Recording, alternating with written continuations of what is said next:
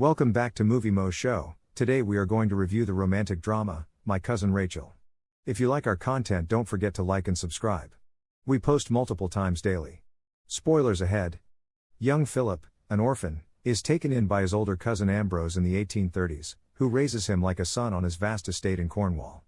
Before Ambrose departs the estate for the sunnier environment of Florence to pursue better health, Philip grows up with a nearly complete lack of women in the home, defying conventional expectations that motherhood is a need.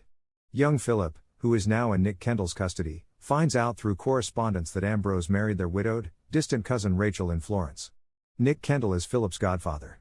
In later letters, Ambrose expresses mistrust for the medical attention he is receiving in Florence. When Philip arrives in Italy out of concern, he learns that Rachel has departed and that Ambrose has passed away. Despite the fact that Philip was given full control of Ambrose's estate until he turned 25, Philip believes Rachel committed murder and has threatened Reynaldi with retaliation.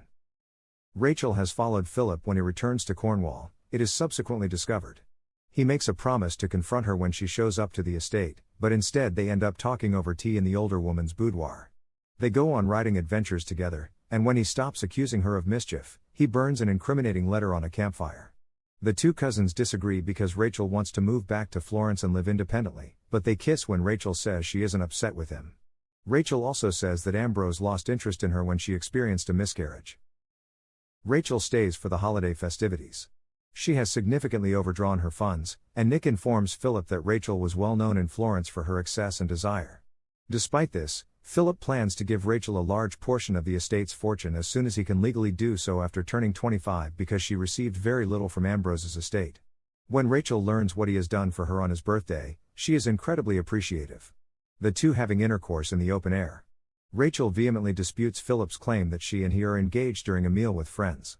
She admits to having sex with him in private, but only to express her gratitude and not to share her love for him. Following a heated confrontation, Rachel claims she is afraid of him. Philip eventually becomes unwell. As he gets better, he starts to distrust Rachel once more and stops drinking her special herbal tea, which she also made for Ambrose. He proposes she take a ride one day along the same seaway he used to take. From there, you can view seals basking on rocks below. Philip once almost perished when riding along that path. She mounts her horse and rides away with Philip following her as she does so because she is eager to see the seals. When he and Louise, Nick's daughter, start looking through Rachel's possessions for evidence, they discover that Reynaldi is gay and is not having an affair with Rachel as everyone thought. After realizing that he had led Rachel down the route where he had the accident, Philip starts to wonder if he had misjudged Rachel. When he goes looking for her, he discovers that she actually suffered a deadly accident while cycling along the same cliffside area he had pointed out to her. Years later, Philip is tortured by the memory of Rachel and the knowledge that he will never know whether she was innocent of his accusations. Philip is now married to Louise and a father of two. He has terrible migraines and is often startled by loud noises and bright lights. You can pinpoint the beginning of each of his symptoms as Rachel's passing. Thank you for watching and don't forget to like and subscribe.